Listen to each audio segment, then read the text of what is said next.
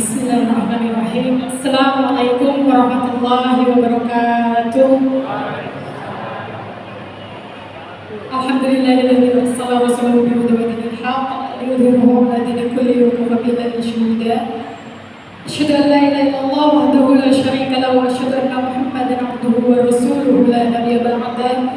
Rabbi zidna 'ilma warzuqna fahma bi rahmatika ya arhamar rahimin.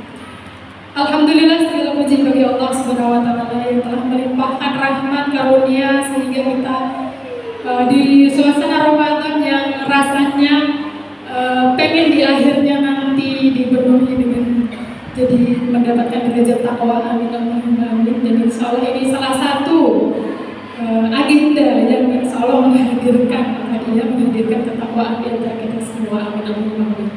Salawat serta salam semoga senantiasa tercurahkan kepada junjungan kita Nabi Muhammad SAW yang termasuk keluarganya, para ahlul baitnya, sahabat, tabi'in, tabi'ut tabi'in, dan kita juga umatnya. Insya Allah senantiasa mengharapkan syafaatnya di yaumil akhir. Yang saya hormati, di sini sepertinya tadi saya melihat komentar selaku ketua Yayasan Akhtar Insan Mulia, kemudian di sini juga ada Ibu Sabila. Terima kasih atas kesempatannya, gitu ya. Sehingga terlaksana acara ini kerjasama antara sekolah dengan komite. Perkenalkan, saya di sini Ranti, uminya Caca TKB, yang insya Allah akan membersamai ayah bunda sekalian di sini selama mungkin kurang lebih 1 jam ke depan. Ya, kita di suasana Ramadan ini, parenting ini spesial karena kebetulan dilaksanakannya di bulan Ramadan ya. Dan di mana rasa syukur keislaman kita itu sudah meningkat tinggi-tingginya ya. Makanya saya sebut spesial, kenapa? Karena tidak seperti biasanya parenting kali ini kita hadirkan bagaimana Islam itu menjadi landasan kita itu membersamai anak-anak kita gitu ya. Tak berpanjang kalam, ayah bunda yang dirahmati Allah Subhanahu wa taala. Sebelum saya panggilkan kembali bicara kita, Ibu atau Umi Nani Wijayati, saya bacakan dulu profil beliau. Beliau ini salah satu guru saya. Kemudian aktivitasnya, alhamdulillah, selama ini selalu concern yang terkait dengan anak-anak, terutama yang di usia dini. Beliau tinggalnya tidak jauh dari sini, di komplek HPTB Depok, gitu ya. Dan sampai sekarang masih menjadi seorang aktivis dakwah. Dan tadi concernnya itu terutama ke anak-anak, juga bunda-bunda yang di perkantoran itu juga beliau bawahi semua ya, yang lingkup seputar Jakarta. Biasanya beliau ini mengisi kajiannya di luar kota. Jadi terima kasih atas waktunya, gitu ya. Bentuk kepedulian kita, gitu ya, melihat kondisi anak-anak kita sekarang nih, terutama. Kayaknya kalau saya pribadi juga ngerasain melihat kok kayaknya kalau anak-anak sekarang beda ya dengan zamannya saya dulu kecil gitu. Jadi jelas kenapa? Karena memang kita hidup di kondisi yang berbeda, kemudian teknologi yang kita yang kita dapatkan waktu itu dan sekarang itu juga ternyata beda, pola asuh juga ternyata beda. Mungkin di antara banyaknya metode mengajari anak yang ada di luar sana gitu ya, kita sampai bingung kadang-kadang gitu, ya. Dan kadang kalau kita lihat di kondisi sekarang, terutama karena sekarang ini kalau nggak salah, kalau tahun ini itu sudah masuk generasi beta. Ini tidak mau memberikan sematan-sematan sih sebenarnya ya. Ada X, Y, Z gitu ya, Alpha, kemudian Beta. Sekarang itu yang lahir tahun 2025 itu sudah masuk generasi Beta ya. Dan rata-rata artinya ananda kita yang sekolah di sini itu sedang berada di generasi Alpha kebanyakan ya. Tapi kurang lebihnya sama antara Gen Z dan juga Alpha itu, karena pada saat itu sudah dimulai gencarnya teknologi gitu ya, apa-apa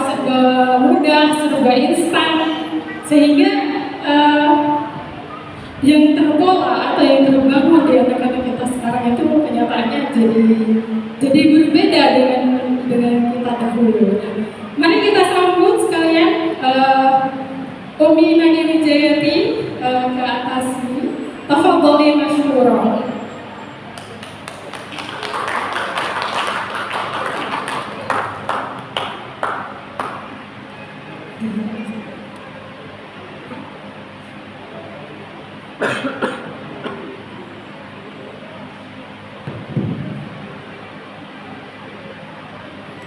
Assalamualaikum warahmatullahi wabarakatuh.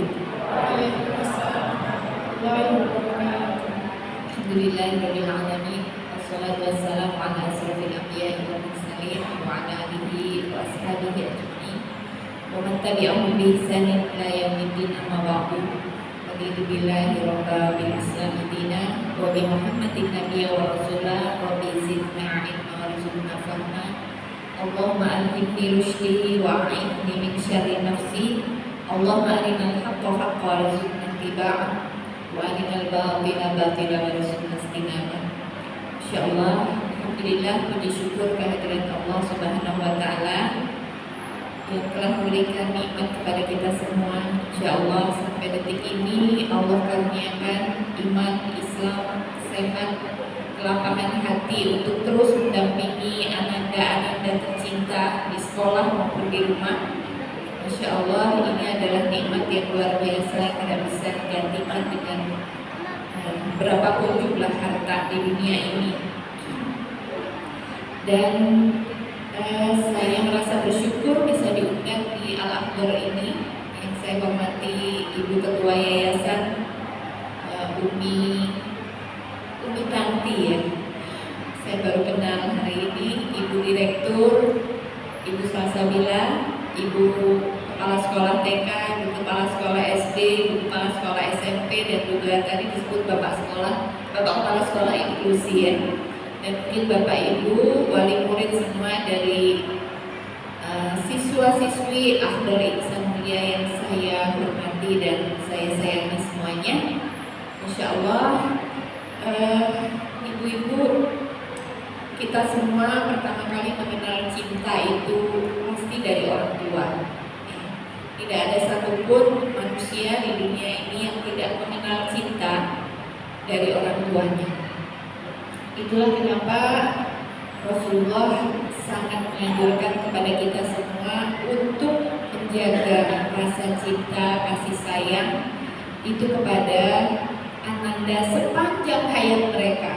Tidak hanya waktu masih TK, SD, SMP, bahkan mungkin sudah nikah dan punya anak pun, anak-anak itu masih membutuhkan kasih sayang dari orang tuanya.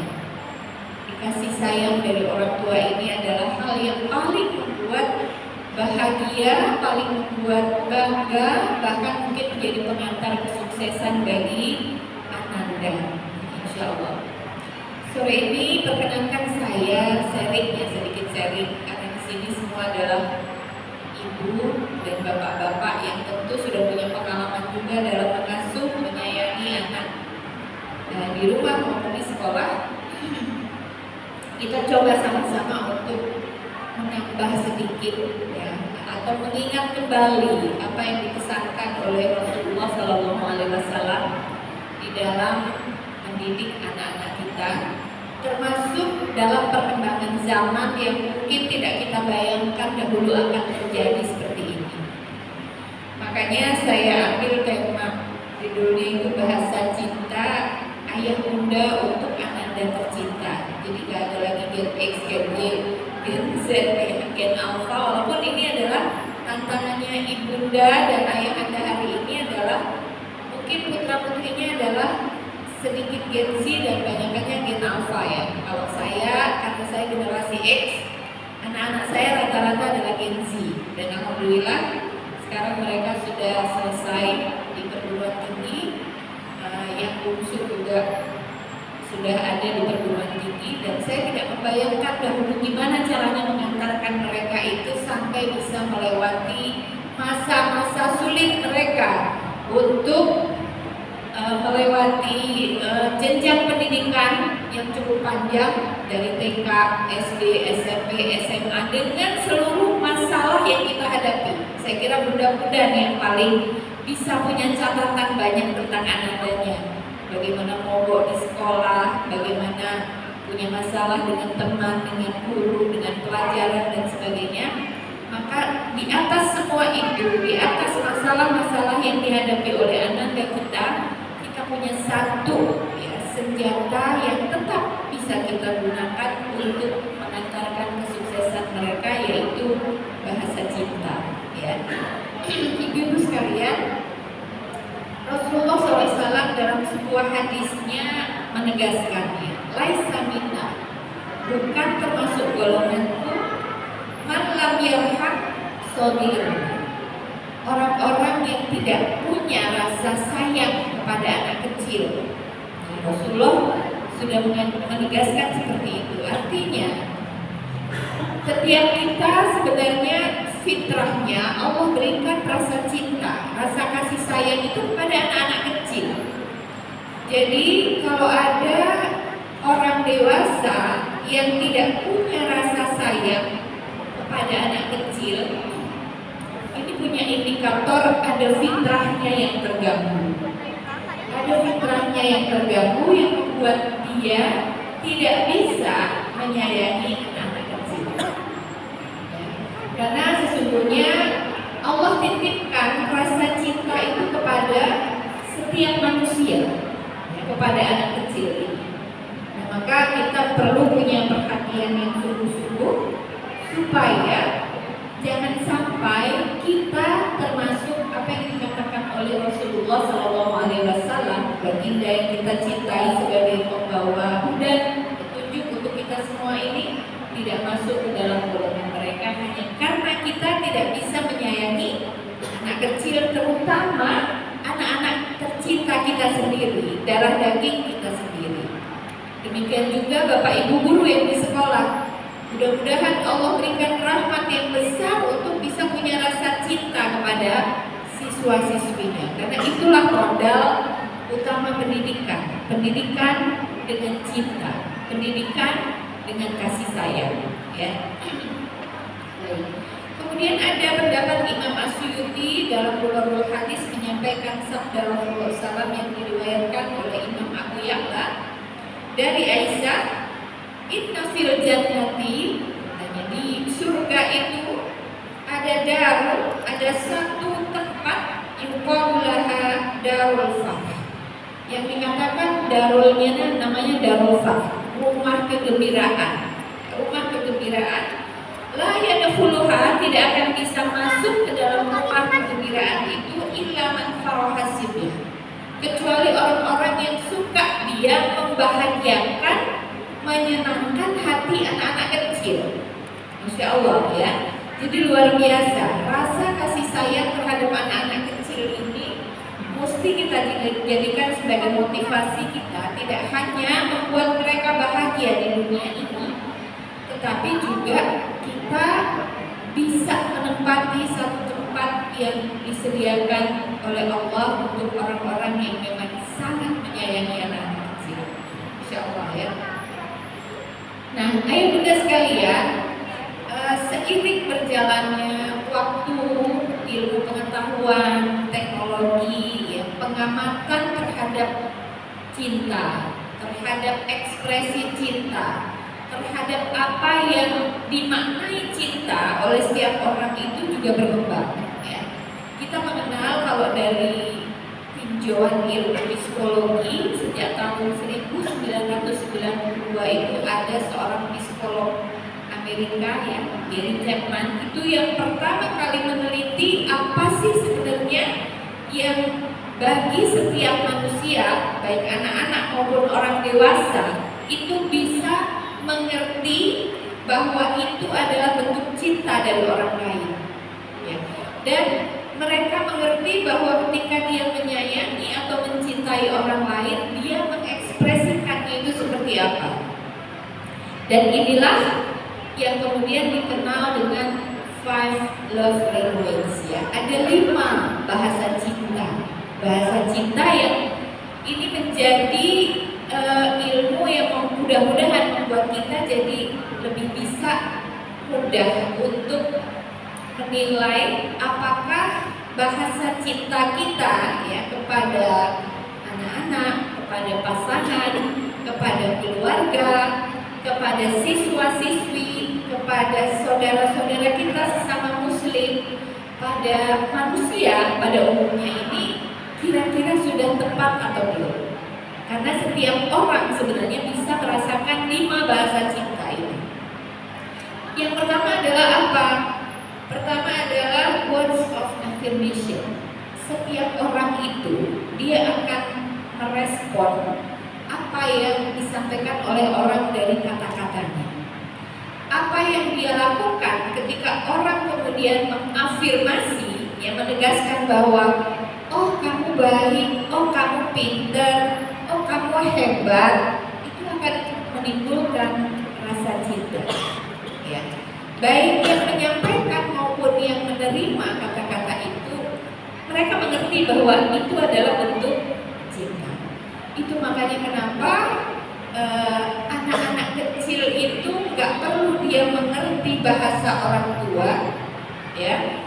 Ketika ada pujian, ya, cukup dia mengenal kata-kata pujian, apakah kata sayang, kamu cerdas, kamu cantik, kamu ganteng, kamu pinter, itu udah bikin mereka bangga, bahagia. Tidak cuma anak kecil, kita pun yang orang dewasa, kalau kita melakukan sesuatu, kemudian afirmasinya adalah kok gitu sih, kayaknya gak kayak gitu deh, punya kamu jelek dan sebagainya, pasti kita akan merasa bahwa kita mendapatkan afirmasi yang negatif, dan itu adalah bentuk ketidaksukaan, bentuk sesuatu yang membuat kita jadi merasa kesal, merasa tidak disukai, merasa mungkin diisolasi, merasa dibedakan, merasa didiskriminasi dan sebagainya. Maka kata-kata atau bahasa cinta yang pertama ini menjadi penting. Kenapa kita harus sering memberikan pujian kepada anak-anak supaya dia merasa disayangi, merasa dicintai.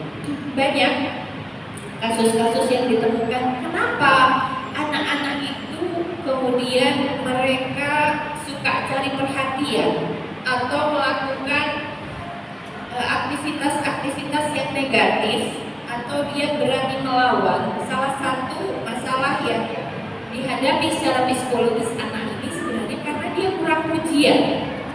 Karena kurang pujian, entah dari orang tuanya, dari keluarganya, dari gurunya, ataupun dari sahabat-sahabat teman dan orang-orang dewasa yang lainnya. Maka kata pujian yang memang perlu diberikan ini mesti kita jadikan sebagai bahasa cinta kepada anak-anak kita, insya Allah. Jangan sampai kita justru sebaliknya melakukan celaan, melakukan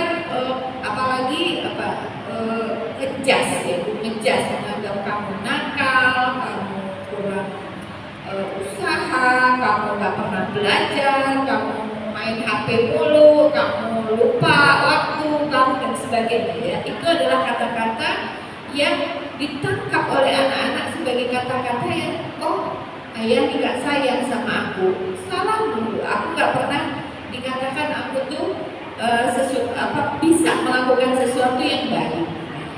Ini yang pertama. Kemudian yang kedua adalah act of service. Ya, jadi bahasa pelayanan.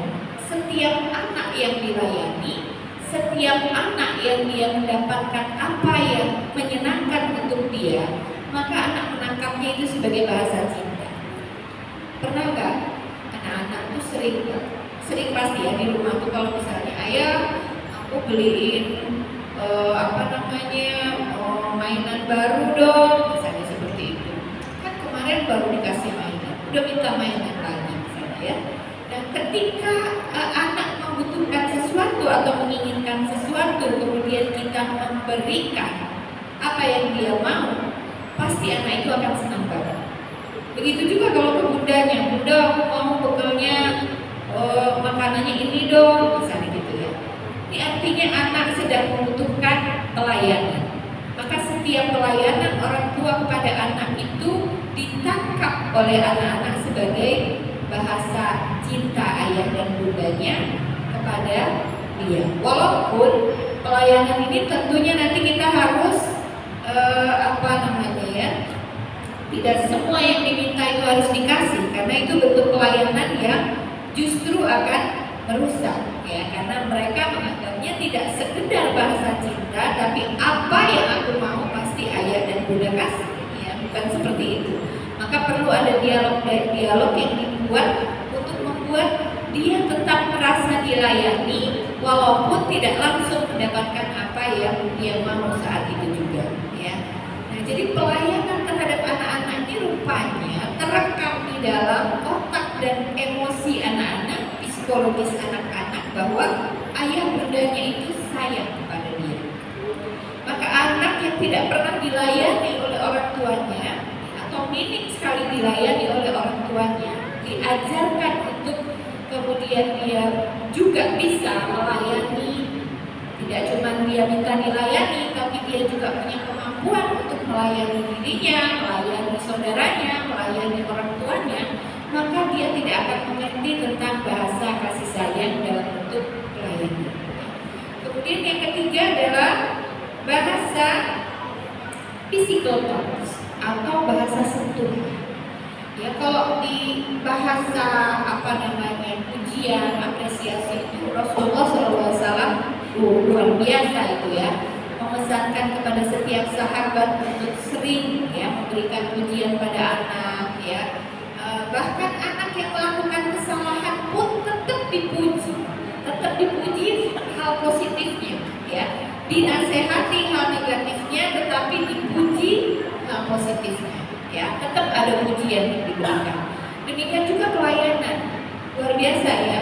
Kalau kita baca kisahnya bagaimana Rasulullah SAW itu memberikan perhatian dan pelayanan kepada cucu beliau, ya, baginda Rasulullah SAW itu kepada Hasan dan Husain, ketika bahkan saat beliau sholat, ya, Hasan dan Husain itu Rasulullah sujud kemudian naik di punggungnya. Artinya apa? Hasan dan Husain ini ingin gendong pada Rasulullah, ya kan? Dia nggak ngerti bahwa Rasulullah sedang ibadah, sedang sholat. Dia nggak ngerti bahwa dia mengganggu. Tapi apa yang dilakukan oleh Rasulullah? Karena cucunya pengen dilayani untuk digendong, didiamkan dulu sampai puas, baru kemudian. Nah, ini adalah bentuk pelayanan. Bahkan pada saat-saat kita mungkin melakukan ibadah, mungkin mengerjakan sesuatu yang penting, pelayanan itu tetap harus kita perhatikan, walaupun kemudian bisa dikomunikasikan, ya kan?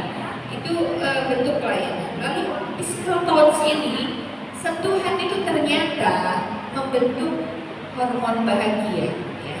Sentuhan apakah diusap kepalanya, dicium, ya. Rasulullah SAW itu paling sering mengusap kepala anak kecil, bahkan mencium kepalanya, ya, kemudian merangkulnya, ya. Ini adalah bentuk kasih sayang. Nah, tidak semua kita ayah bunda kadang tuh sadar bahwa hal itu tuh mestinya menjadi menu harian buat anak-anak ini. Kadang ketika kita disibukkan oleh aktivitas yang lain, atau karena kalau bunda nih, ya, anaknya 3, yang diurus 3, belum lagi urusan dapur, urusan segala macam yang harus dibereskan, belanja antar jemput sekolah, kadang sentuhan ini terlewat, ya. Apakah itu ciuman, ya, pelukan. Mungkin waktu masih balita 3 tahun yang masih digendong-gendong, kalau ibu-ibu ingat pasti nyium yang namanya bayi itu ratusan kali dalam satu hari. Karena lucu, ya. Kayaknya kalau nggak dicium gimana? Habis mandi dicium, ya, lagi main dicium, lagi tidur dicium, ya. Saat itu dia merasakan bahasa cinta ibunya. Tapi begitu udah gede, ya kan? Apalagi kalau udah mulai tumbuh SD, SMP, apaan sih dek cium-cium mama? Udah gede juga malu, kadang begitu, ya. Padahal sesungguhnya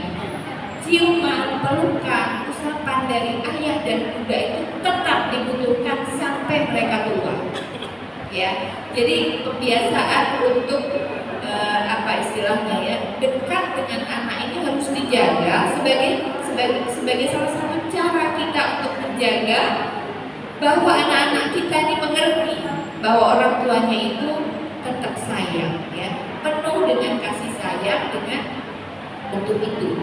Apalagi nih yang udah SMP ya, nanti ya, kadang kita tuh suka mikirnya anak SMP ini kan anak usia balik ya, udah mulai dewasa.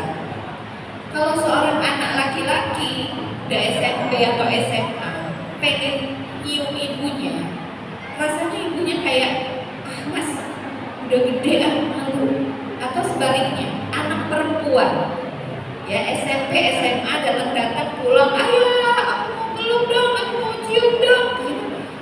Mbak kan udah gede, malu jangan kayak gitu ya. Kadang ada gimana ya, ada apa istilahnya ya, keengganan atau ada jarak ya, karena kita menganggap dia sudah dewasa, padahal ternyata ya hal itu menimbulkan persepsi ya kepada anak-anak yang ABG ini yang udah SMP ya, udah SMP udah SMA. Coba perhatikan anak-anaknya di rumah, pulang dari sekolah, pulang dari main, usahakan dipeluk, usahakan dicium sebelum mereka diminta dicium. Itu sebagai bentuk kita menyambut mereka dengan kasih sayang. Karena apa? Kalau anak laki-laki tidak cukup pelukan dan sentuhan ibunya dengan kasih sayang, maka dia akan cari kasih sayang di luar sana. Ya, dia akan merasa perhatian dan kasih sayang berupa pelukan, sentuhan itu dari perempuan-perempuan lain, teman-teman dia, gitu ya. Demikian juga anak laki-laki, kalau dia kurang, ya, kalau anak perempuan dia minta dipeluk bapaknya enggan memeluknya, maka jangan salahkan anak ini kalau kemudian di luaran dia pengen dipeluk dengan laki-laki lain. Nah ini mesti kita coba sama-sama saling mengingatkan ya. Saya termasuk ke suami saya, kalau anak saya mau minta peluk ya, udah kuliah gitu, abi peluk dong sini, abi cium dong gitu. Abinya agak gimana gitu ya, karena udah besar gitu. Saya bilang jangan biarkan gak dipeluk, nanti dia pengen dipeluk laki-laki lain dan dia merasa mendapatkan kasih sayang dari laki-laki lain sebelum waktunya. Ya kalau udah dikasih gak apa-apa ya, tapi dalam masa-masa mereka beranjak dewasa sampai dewasa, dia tetap membutuhkan bahasa kasih sayang berupa sentuhan ini dari ayah dan bundanya. Ya, dan tentu sentuhan yang dilakukan ini adalah sentuhan kasih sayang ayah bunda kepada anaknya, bukan yang lainnya. Ya, insyaallah itu kita paham. Yang keempat adalah anak-anak merasa disayangi, merasa dicintai ketika orang tuanya punya waktu, ya punya waktu bicara dari hati ke hati walaupun tidak banyak. Makanya di sini dikatakan quality time. Bukan berarti ayah yang kerjanya seharian 18 jam itu gak punya quality time. Ketika pulang 5 menit, 10 menit, 15 menit mengajak ngobrol anak-anaknya untuk hal-hal yang berarti untuk hidup mereka, itu bagi mereka udah luar biasa ya. Maka ibu-ibu pun seperti itu.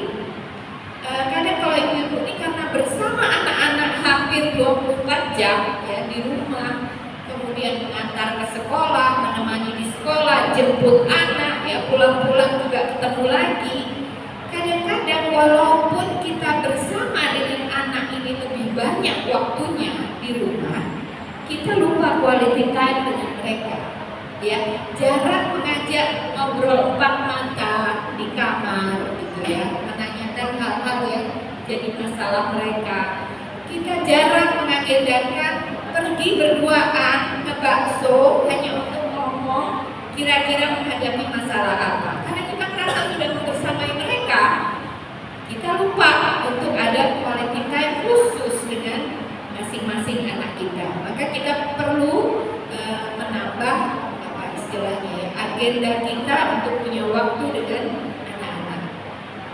Dan yang kelima adalah bahasa hadiah. Karena memang setiap anak, ya nggak cuma anak ya, saya juga kalau dapat hadiah senang berarti ya.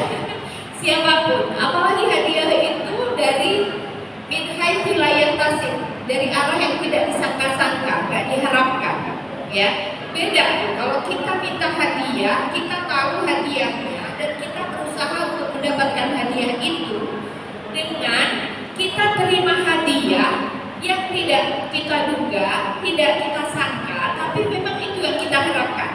Rasanya pasti beda banget bahagianya. Ibu-ibu dapat awal bulan dapat transferan dari ayah itu biasa, ya. Kalau nggak ada itu nggak biasa, ya.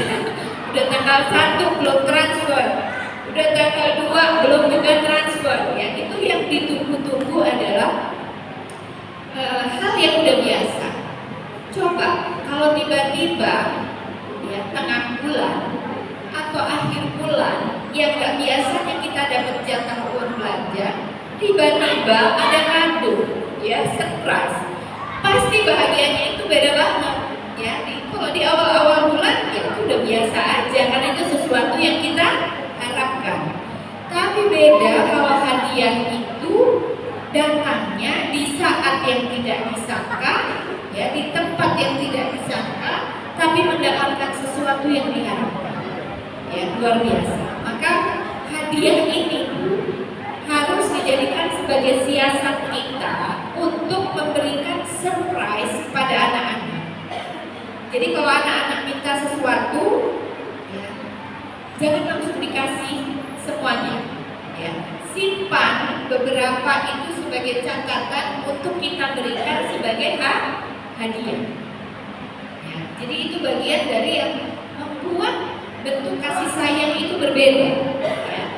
Jadi kita suka kasih surprise, artinya kita sepertinya jadi selalu punya agenda untuk memberikan kebahagiaan pada anak-anak itu. Termasuk itu hal yang menyangkut kebutuhan mereka, misalnya. Bunda, aku udah naik kelas, butuh buku-buku baru, butuh alat-alat tulis baru, butuh tas baru, butuh sepatu baru, ya, semuanya pengen baru.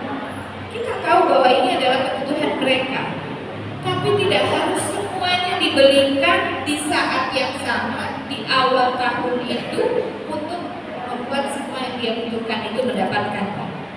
Jadi perlu disiasati apa yang diberikan di saat itu, yang paling penting apa yang disimpan untuk diberikan sebagai hadiah, ya. Supaya apa? Supaya mereka tahu bahwa ibunya, ayahnya selalu mencatat apa yang dibutuhkan oleh mereka itu, ya.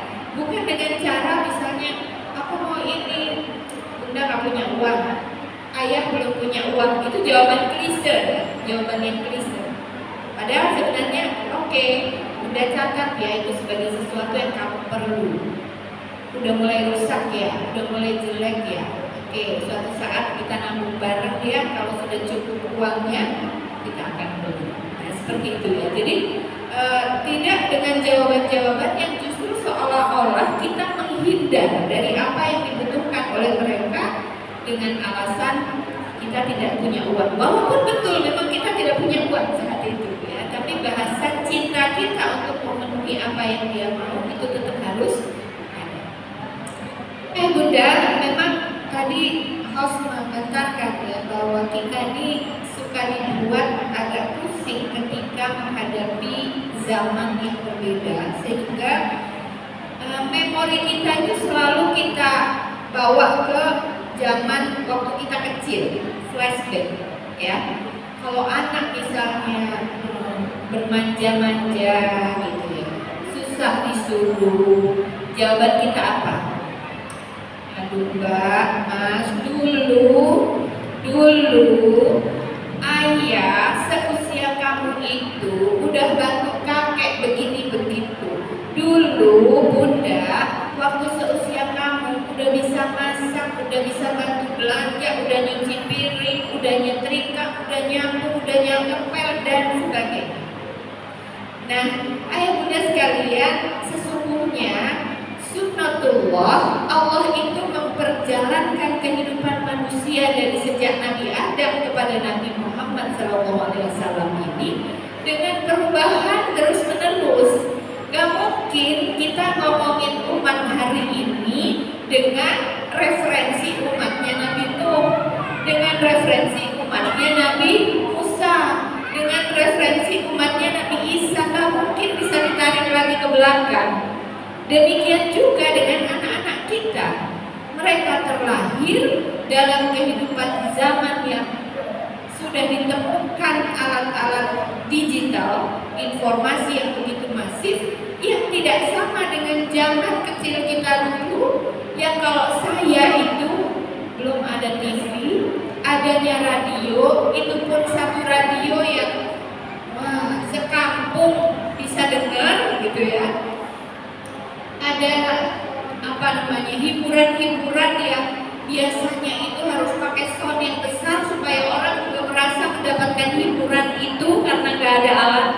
Tapi hari ini anak-anak hidup di mana semua bentuk informasi, semua teknologi itu ada di tangan mereka tanpa perlu kita mengajari mereka. Mereka udah bisa sendiri, ya subhanallah. Jadi kalau kita lihat bahwa ada perbedaan generasi, ya hari ini mungkin kalau saya lihat bapak-bapak dan ibu-ibu yang hadir di sini masih ada mungkin ya. Banyaknya adalah generasi milenial, betul nggak? Ya, rata-rata generasi milenial kan?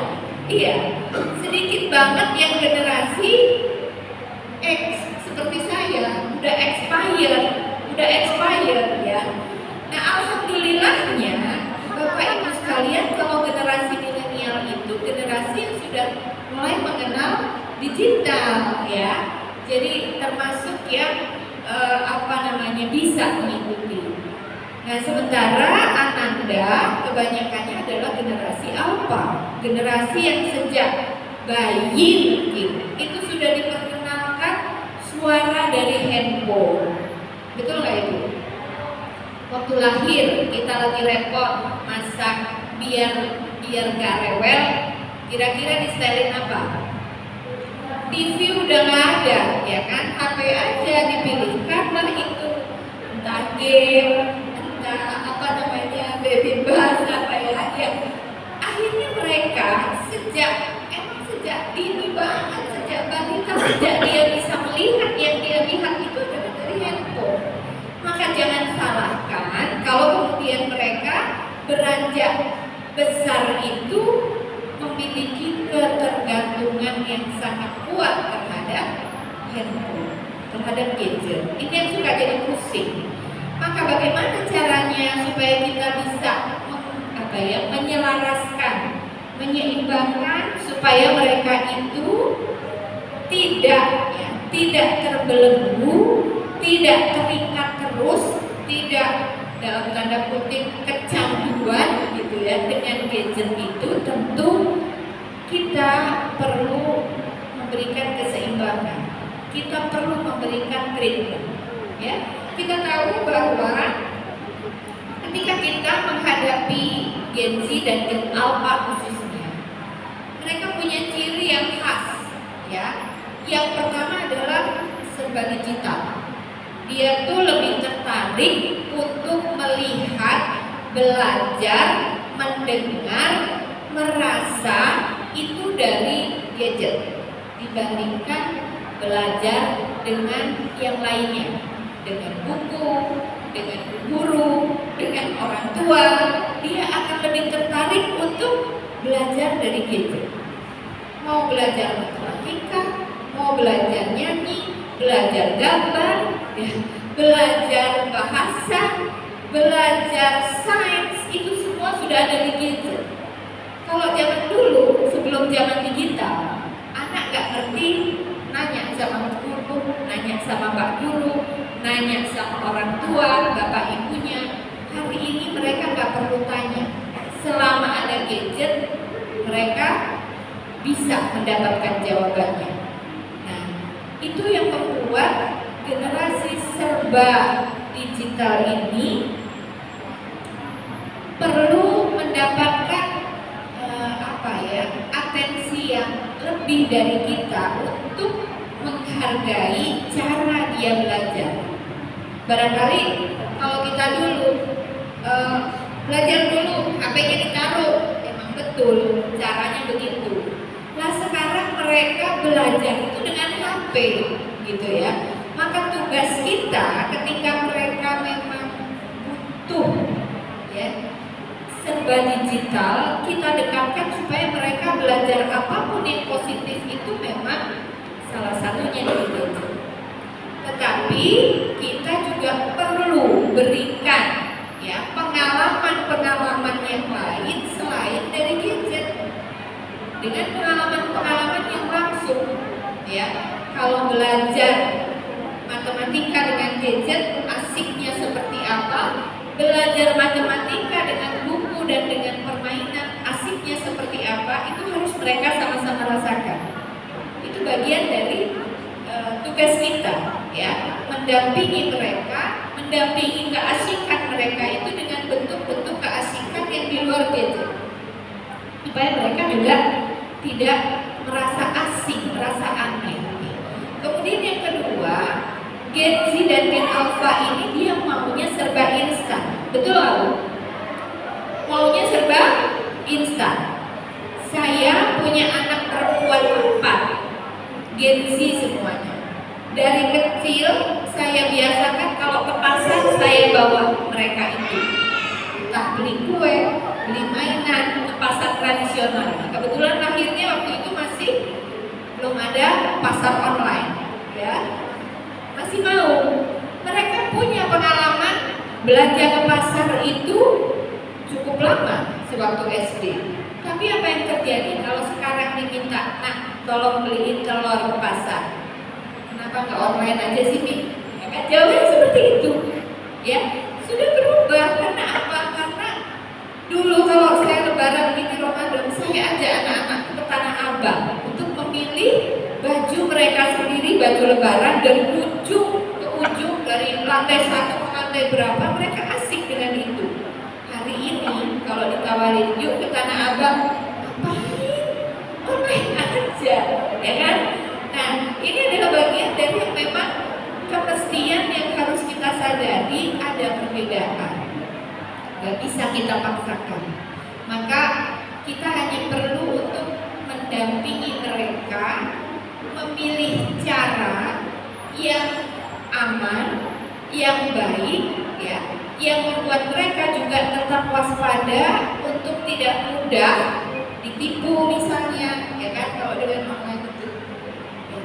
Kemudian yang ketiga, tantangan mendidik Gen Z ini adalah mereka serba pengen semuanya itu selain instan ya, cepat.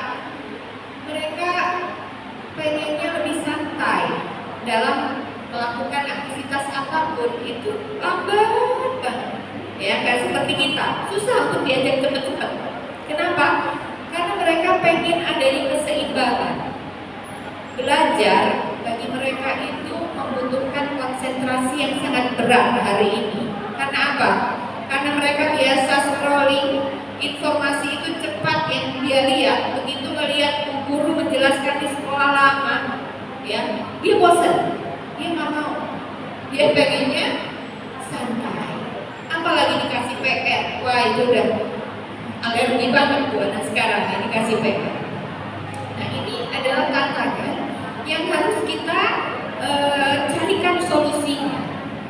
Nah apa solusinya? Ketika mereka serba digital, maka mau tidak mau Bapak Ibu sekalian, kita harus kreatif untuk cari cara ya, apa kegiatan-kegiatan yang bersifat fisik secara langsung, walaupun itu sebentar. Dan itu gak mungkin mereka lakukan sendiri, harus dibersamai oleh kita, harus diajak bersama oleh kita ya. Kemudian gimana kalau dia maunya serba instan? Gak apa-apa, pada sebagian hal yang mereka rasa itu adalah lebih mudah bagi mereka. Tetapi untuk hal-hal yang memang membutuhkan effort, membutuhkan usaha yang lebih, kita juga harus buatkan kegiatannya. Maka maka pendampingan anak-anak ini sekarang kalau saya sarankan mengimbangi mereka kegiatannya itu membuat mereka bosan atau jenuh. Jangan tambah lagi mereka dengan kegiatan-kegiatan yang sifatnya membuat tambah jenuh lagi. Sudah sekolah, pulang sekolah masih disuruh les matematika, les sains, les bahasa Inggris, ya, sesuatu yang membuat mereka secara kapasitas fokus dan konsentrasi itu udah habis. Maka banyak yang menyarankan imbangi kalau memilih kegiatan selepas sekolah itu adalah kegiatan ekskul. Apakah itu olahraga, seni, ya, kemudian kegiatan-kegiatan kreatif yang membuat mereka itu tidak harus terlalu banyak mikir, tetapi menyenangkan, ya. Seolah-olah kegiatan itu kayak gak berdampak kepada akademisinya. Jangan salah Bapak Ibu. Justru pada saat mereka rehat dengan kegiatan yang asik itu, kemampuan berpikir dia untuk nanti mempersiapkan pelajaran sebenarnya lebih baik dibandingkan yang terus dipaksakan untuk belajar lagi sampai pada saat yang sudah jenuh otak itu bisa error. Itu lebih parah lagi, kita lebih susah lagi. Jadi lebih baik banyakin ekskulnya. Makanya sekarang sekolah-sekolah Islam mungkin di Al-Akbar ini juga termasuk, ya. Full kalau bisa anak-anak tuh ikut ekskul itu Senin sampai Jumat ikut ekskul gak masalah. Karena apa? Karena itu bagian dari refreshing mereka dan tentu itu yang harus disukai oleh mereka. Maka saya ingin menyaringkan dari apa yang menjadi tantangan kita menemani Gen Z dan Gen Alpha ini, dulu sekalian. Sekarang gak mungkin kita mendidik anak-anak ini dengan cara seperti dulu. Hari ini sangat dibutuhkan sinergi mendidik anak itu di rumah dan di sekolah. Jangan pernah Bapak Ibu, ya, memilih sekolah yang kurikulum di sekolahnya itu berbeda dengan kurikulum di rumah. Contoh, di sekolah ada jam tahsin dan tahfiz. Di rumahnya gak pernah Bapak Ibunya dan saudara-saudaranya melakukan belajar tahsin dan tahfiz. Ini tidak sinergi, akan membuat anak kok beda, di sekolah di belajar ini, di rumah kok enggak. Maka itu akan membuat anak itu tidak bimbang. Sebenarnya yang benar mana sih? Apa yang diajarkan di sekolah, apa yang diajarkan di rumah? Kok di rumah enggak? Kok aku di sekolah disuruh seperti itu? Sehingga mereka akan berontak sebenarnya. Nah, maka apapun yang jadi kurikulum di sekolah yang sudah Bapak Ibu pilih, ya, harus disuasanakan di rumah. Mau tidak mau, apakah dengan kita sendiri atau mencarikan teman sekolahnya, tetangganya, atau guru tambahan, itu sesuai dengan yang bisa kita lakukan. Tapi mau gak mau, semua yang dipelajari di sekolah, di rumah juga harus direview, ya, dimurojaah. Lalu harus ada sinergi antara orang tua dan guru. Bapak Ibu, kalau ada anak yang mengadu pulang-pulang ada masalah di sekolah, saya pesankan jangan sekali-kali merespon dahulu apa yang dilaporkan anak sebelum ibu atau bapak bertanya kepada gurunya.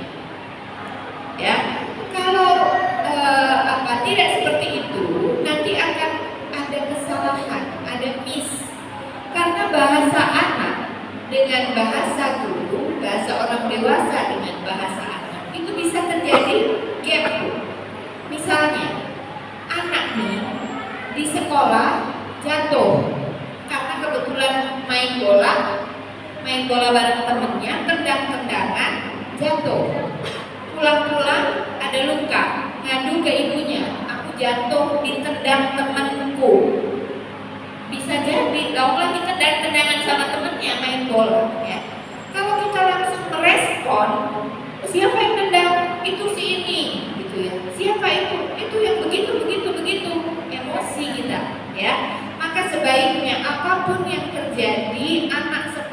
sekolah, Bapak Ibu tanya kejadian yang di sekolah, konfirmasi pada gurunya di esok hari, gitu. Supaya apa? Supaya kita menyelesaikan masalahnya itu objektif, ya, tidak salah, ya, menganalisa salah, memberi solusi salah.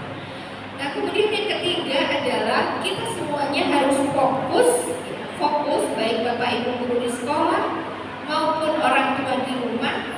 Fokuslah kita membangun kepribadian anak yang berkarakter Islami. Jadi kita harus sepakat bahwa semua yang diajarkan di sekolah itu adalah mengarahkan pada karakter yang Islami. Semua yang diajarkan di rumah juga harus mengarahkan anak untuk berkarakter Islami. Kalau karakter Islami itu kita sepakati, maka saya yakin Bapak Ibu tidak ada tuh ribut-ribut antara guru dengan orang tua, karena standarnya sama, indikatornya sama, apa yang harus dicapai oleh anak itu di sekolah dan di rumah itu sama, akhlak seperti apa yang harus diajarkan pada anak itu sama. Tapi kalau tidak, saya yakin nanti akan sering banget terjadi, ya, kesalahan, ya, memahami komunikasi antara anak dengan guru dan orang tua. Jadi ini adalah penting. Kemudian yang keempat adalah menciptakan lingkungan yang kondusif untuk tumbuh kembang anak. Ya, tidak hanya di sekolah, tetapi di rumah, di lingkungan rumah. Usahakan kalau di sekolah itu sudah luar biasa, ya, di Akhlul Insan Mulia ini insya Allah sudah di-manage, dibuat suasana yang kondusif, apalagi di sekolah alam gitu, ya, berusaha untuk mengikuti bagaimana tabiat anak-anak ini bersosialisasi, kemudian melakukan kegiatan dengan menyenangkan, maka itu harus juga bisa diadopsi di lingkungan rumahnya. Ya, kalau bisa ayah bunda yang sudah mendapatkan manfaat positif dari apa yang dilakukan di sekolah, ini bisa diinisiasi di lingkungan rumah, ya, di copy paste, dicarikan anak-anak ini teman di lingkungan untuk melakukan hal-hal yang sama seperti yang diajarkan di sekolah. Jadi bapak, ibu, ayah bunda beruntung ketika mendapatkan hal positif dari sekolah, itu bisa membantu untuk melakukan perubahan di tengah lingkungan di rumahnya, ya.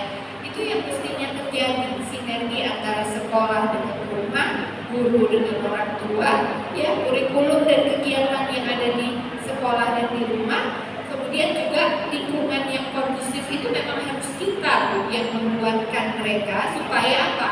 Supaya anak-anak ini tetap dalam sebuah komunitas, circle, pergaulan yang selaras dengan mereka belajar. Itu mungkin, ya, berarti yang bisa saya sampaikan, mudah-mudahan saya ini bermanfaat. Teman-teman sampai tertuju ke diri sendiri tadi semuanya. Relate banget, ya, dengan kehidupan kita sekarang. Baik, di 10 menit terakhir kita, ya, sebelum ditutup, silakan ayah bunda, jika ada yang ingin bertanya, ya. Maaf karena waktunya terbatas, jadi cukup satu menanya saja.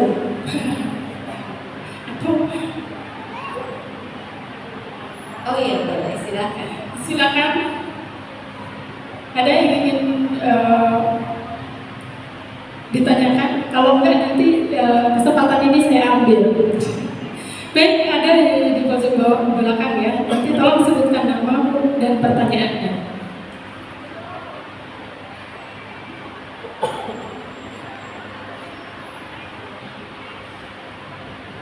Assalamualaikum warahmatullahi wabarakatuh. Nama saya Ibu Haji Yuswanti, nenek dari Ananda Hani serta Khalid. Yang saya tanyakan, kami sebagai nenek selalu mendampingi mereka jika di rumah. Tadi Bunda menyampaikan jangan menyampaikan hal-hal masa lalu.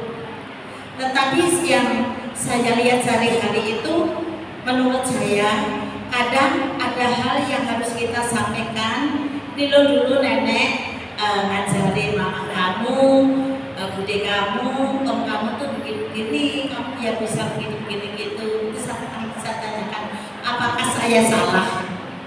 Terus yang kedua, kadang adab itu kan tidak diberikan di sekolah sepenuhnya ya.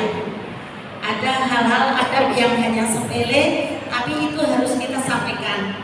Apakah itu juga tidak menyalahi dari ilmu yang Bunda sampaikan? Yang ketiga, cucu saya yang adiknya ini kelas 2 SD.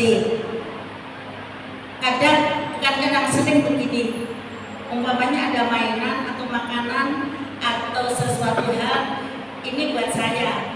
Tapi karena adiknya ini yang merasa dia jadi adik, ini untuk saya. Nah di situ aja mereka bisa menjadi bertengkar. Nah saya sebagai nenek kan harus bisa menilainya. Nah bahasa apa yang kita sampaikan untuk keduanya ini supaya mereka tidak merasa dimarahin atau tidak merasa diktatur gitu ya. Karena saya kan ya alhamdulillah sampai saat ini udah umur 67. Jadi barangkali menurut saya belum punya bahasa cinta yang seperti Bunda sampaikan. Terima kasih atas penjelasannya. Assalamualaikum warahmatullahi wabarakatuh. Masya Allah, pertanyaannya diborong ya bos, diberi satu kesempatan bertanya langsung 3 pertanyaan ya. Baik, langsung saja Umi, mungkin jawabannya karena ini tadi diborong satu penanya, jadi mungkin langsung saja. Masya Pertama Allah. terkait dengan pengajaran dengan mengingat kembali masa lalu itu ya, kadang ada mungkin mengambil hikmah kali ya. Baik. Masya Allah, barakallah Bunda, luar biasa semangatnya. Pertanyaannya mungkin mewakili semuanya ya. Ada nenek di sini, Masya Allah. Mungkin ayah Bunda yang masih punya orang tua dan bisa menitipkan anaknya di rumah nih, nenek kebagian tugas katanya. Mbak itu gawe tambah katanya gitu ya. Karena anak itu yang sibuk. Masya Allah, jadi ibu yang dimaksudkan kita tidak bisa mengajak mereka untuk membandingkan keadaan di masa lalu itu adalah membandingkan hari ini dengan hari dulu ya. Jadi kalau dulu bapaknya itu umur segini sudah bisa gini, kamu kok belum, ini kan membandingkan. Yang tidak diperkenankan itu adalah membandingkan, karena ketika dibandingkan itu dia ngerasa kayak dinilai berbeda gitu ya. Siapapun kita sebenarnya fitrahnya nggak suka dibandingkan, nggak suka dibanding-bandingkan gitu. Tetapi menceritakan kisah masa lalu itu tidak mengapa sebagai sebuah pelajaran. Tapi bahasanya bukan dulu nenek, dulu ayah, dulu, kalau bisa tidak seperti itu. Tetapi dulu orang-orang dulu gitu ya. Jadi tidak langsung membandingkan diri kita dengan mereka. Kalau zaman nenek dulu waktu kecil biasanya main itu seperti ini. Kamu pasti nggak tahu ya, mau nggak kapan-kapan diajari? Gak apa-apa, ya karena apa? Kisah-kisah masa lalu itu betul kata Bunda Ranti bisa jadi hikmah. Apalagi kalau kisah-kisah itu disampaikannya, ya, saya kira justru cucu-cucu nenek ini berkesan dan bercerita macam-macam di masa lalu karena mereka nggak pernah tahu kan. Nah, yang membuat mereka lebih berkesan lagi kalau kemasan cerita tentang kegiatan masa lalu itu dihadirkan dalam bentuk digital. Kayak misalnya ada video permainan anak-anak masa lalu tuh, kan ada tuh ya videonya. Mereka kan lebih cepat bisa menangkap, oh kayak gini toh permainan orang-orang dulu gitu, dibandingkan cerita kita gitu ya. Tapi nggak masalah, cerita-cerita hikmah, cerita-cerita kebaikan, cerita-cerita soal apa istilahnya perjuangan, cerita soal menghadapi tantangan ya, cerita tentang hal-hal yang menyenangkan di masa lalu itu diceritakan biasanya justru kalau anak-anak suka didongengin ya oleh neneknya. Tapi jangan sekali-kali membandingkan kamu tuh sekarang ya nggak kayak bapakmu. Nah yang itu yang dilarang karena itu akan membuat gap ya. Itu satu. Alhamdulillah. Jadi insya Allah kalau didampingi nenek yang bisa menghubungkan antar zaman ini, justru membuat anak ini, cucu ini tuanya yang tentu berbeda dengan dia. Ya, perjuangan orang tuanya yang tentu berbeda dengan dia. Tapi sekali-kali tidak membandingkan. Nah, kemudian pertanyaan yang kedua, Adab nih. iya betul ya. Adab. Kalau berbicara adab ini sesungguhnya ini adalah pelajaran manusia dari sejak zaman Nabi Adam sampai Nabi Muhammad ya. Itu adab-adab itu diajarkan melalui wahyu Allah tentunya kepada para nabi ya. Jadi setiap adab, apakah adab manusia itu kepada Tuhannya, adab manusia kepada orang tuanya, adab manusia kepada sesama, adab manusia kepada orang yang lebih muda dan sebagainya, itu sebenarnya menjadi ajaran yang universal, ajaran yang umum. Di sekolah pun seharusnya juga ada semua adab itu diajarkan. Hanya bisa jadi ibu, kalau di rumah kita punya kesempatan untuk mempraktekkannya secara langsung dan lebih sering dibandingkan di sekolah. Misalnya, anak-anak di sekolah ya kalau masuk kelas langsung ya bareng teman-temannya, begitu bel masuk tempat duduknya udah sama, nanti gurunya datang, pak gurunya datang, mereka kasih salam. Itu yang terjadi, ya kan? Adab yang dibentuk kepada orang tua, kepada guru itu sewaktu mereka masuk sekolah. Mereka nggak pernah menghadapi misalnya kalau di rumah kita lagi ngobrol tiba-tiba ada tamu datang, misalnya kan nggak dihadapi itu di kelas, sehingga seolah-olah adab kepada tamu itu kok nggak pernah diajarkan yang di sekolah ya. Nah di sekolah dia nggak menghadapi itu, maka bagian kita lah mengajarkan adab itu. Belum lagi kalau adab itu sudah dikaitkan dengan budaya atau tradisi. Nah ini kan beda lagi ya. Misalnya adabnya menghormati orang tua itu, misalnya pada budaya tertentu itu begitu ketemu harus langsung cium tangan, ya kan? Ada yang cukup tante, misalnya kayak gitu ya, nyapa. Nah ini kan adab-adab yang bisa jadi levelnya atau bentuknya itu di sekolah dengan di rumah beda. Maka itu menjadi tanggung jawab kita kalau memang itu menjadi adab yang harus dijaga di rumah ya. Kayak misalnya makan bersama. Nah di sekolah kan makan sendiri-sendiri di bangku sendiri-sendiri bekalnya. Tapi kalau di rumah makan di meja makan bareng dengan keluarga. Tentu yang mengajarkan adab ini siapa? Orang tua. Di sekolah mungkin tidak bisa diajarkan itu karena memang situasinya tidak memungkinkan. Jadi sebenarnya prinsipnya adab itu fix semuanya harus diajarkan. Kalau di sekolah mungkin bentuknya teori dan prakteknya sedikit, di rumah itu lebih banyak. Jadi tinggal menyesuaikan. Seandainya ibu merasa kok kamu udah diajarin ini belum di sekolah, adab ini begini loh nak, belum misalnya gitu. Nah bisa ibu sampaikan itu kepada wali kelasnya misalnya. Kemarin saya ngobrol sama si ini, saya tanya ini katanya belum pernah diajari adab seperti ini. Kebetulan di rumah saya biasa ngajarin adab seperti ini. Itu bisa jadi masukan dan inspirasi untuk guru di sekolah menyampaikan itu di kelas seperti itu. Jadi akhirnya ada keserasian antara adab yang memang diajarkan di rumah dengan adab yang diajarkan di sekolah. Itu yang saya bilang harus ada sinergi dan komunikasi antara orang tua dengan guru. Karena bisa jadi ibu, nenek adalah generasi yang mungkin sama dengan saya, generasi X ya. Sementara bu gurunya generasi milenial bu. Jadi pelajaran adabnya bahkan ada yang Gen Z gitu. Jadi standar adabnya itu agak beda dikit gitu ya tingkatannya, sehingga perlu ada penyelarasan. Saya kira insya Allah selama dibangun komunikasi antara orang tua, keluarga, sama guru, semuanya itu akan jadi baik-baik saja. Semuanya membangun karakter yang lebih baik. Nah kemudian gimana caranya menengahi kakak adik yang bertengkar dan berebut ya. Masya Allah. Ya ini apa namanya persoalan persaingan antar saudara ini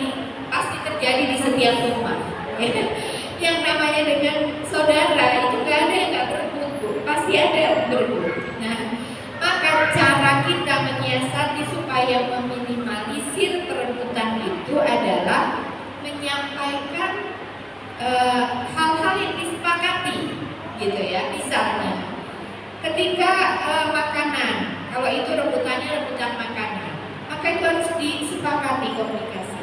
Biasanya kalau kita makan, kita tuh adanya segini, harus dibagi untuk setiap orang, bagiannya seperti apa, itu udah dikomunikasikan. Nah kemudian yang kedua adalah boleh diajarkan ibu ya secara bergantian. Yang namanya berbagi itu biasanya anak maunya bagiannya yang paling banyak, ya kan? Dia pokoknya harus dapat yang paling banyak.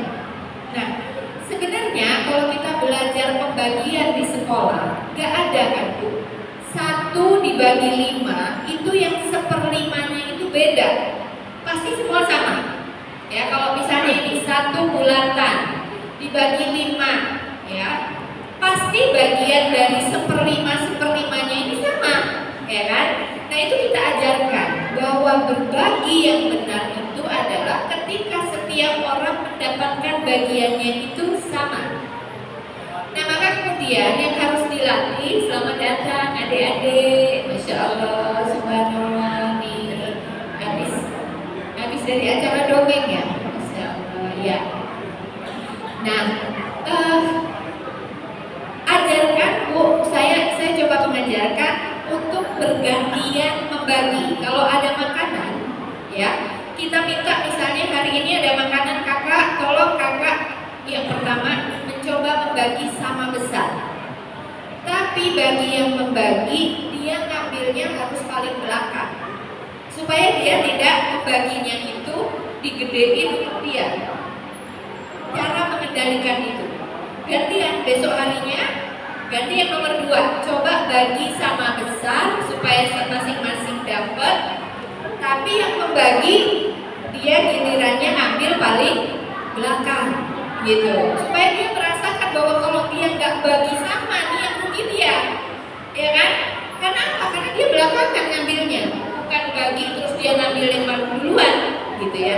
Dia belajar menahan diri. Itu salah satu teknik untuk membuat menumbuhkan rasa adil. Gimana caranya berbagi itu supaya dia tidak cuma adilnya untuk dirinya ya, tapi adil untuk semuanya. Itu dengan cara itu, latihannya itu latihan. Nah demikian juga kalau membelikan sesuatu itu dikomunikasikan. Aku pengen mainan apa kak? Ini. Aku pengen mobil, aku pengen robot, aku pengen ini, aku pengen ini. Boleh masing-masing silakan memilih mainannya, tapi jatahnya masing-masing harganya hanya 50.000. Samain. Ya, jadi saya dulu kalau bawa anak ke Gramedia, silakan pilih buku sesuai dengan keinginan, dipegangin uang sama 50.000. Kurangnya terserah dia. Kalau dia pilih buku yang lebih banyak, resikonya dia harus tambah. Misalnya seperti itu.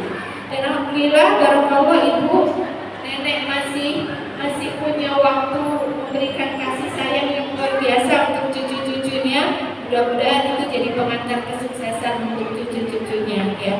Amin. Insyaallah. Selama masih selaras dengan Ananda ya, antara cucu, ayah muda dan neneknya itu selalu harmonis, insyaallah luar biasa, hebat ya. Baik, alhamdulillah ini adik-adik kita yang dari Master sudah bergabung dengan kita. Dan di penghujung acara mungkin pesan terakhir, sekalian sebelum kita tutup. Iya, wasiat penting yang dititipkan oleh Rasulullah adalah di dalam Al-Quran itu dipesankan, A'udzubillahi minasyaitonirrajim, qu anfusakum wa ahlikum naro. Jagalah dirimu dan keluargamu dari api neraka. Ini harus jadi visi besar kita dalam hidup ini. Sesungguhnya tugas kita sebagai orang tua adalah menjaga diri kita dan anak-anak dan keluarga kita, keturunan kita itu jauh dari azab api neraka. Itu satu, sama sepakat ya semuanya. Yang kedua adalah tiap-tiap yang dilahirkan itu sesungguhnya dalam keadaan fitrah. Jadi setiap anak itu membawa fitrah kesucian.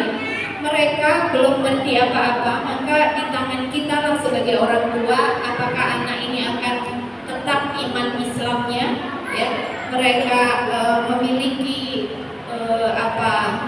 cara berpikir dan cara bersikap yang Islami atau tidak, kita semua yang menjaga. Maka ini menjadi tanggung jawab kita.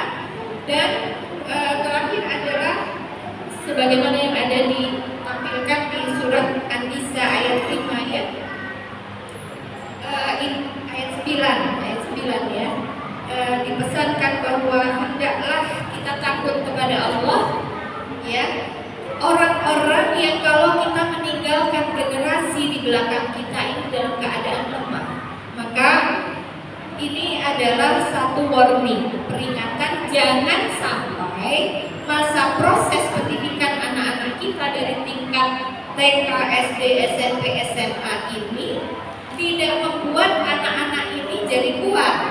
Ya, jangan-jangan di TK-nya bagus, soleh, baik, SD-nya juga begitu SMP, SMA mereka melemah. Karena apa? Karena pengaruh pergaulan sosial, pengaruh pergaulan di media sosial dan sebagainya. Maka takutlah kita jangan sampai meninggalkan anak-anak dalam keadaan lemah, tidak hanya secara fisik tapi juga mental, spiritual, dan itu yang paling penting ya. Mereka harus kuat secara spiritual, kuat secara mental, dan kuat secara fisik. Mudah-mudahan Allah mudahkan semuanya buat kita orang tua dan juga bapak ibu di sekolah membimbing anak-anak ini sukses dunia dan akhirat. Akhir kata saya sampaikan, Assalamualaikum warahmatullahi wabarakatuh. Waalaikumsalam warahmatullahi wabarakatuh. Alhamdulillah ya, berhubung waktunya sudah mendekati waktunya akhir. Demikian tadi ya, di waktu yang singkat, semoga tetap kita bisa mendapatkan hikmah dari apa-apa yang bisa disampaikan pada hari ini, dan semoga kita semua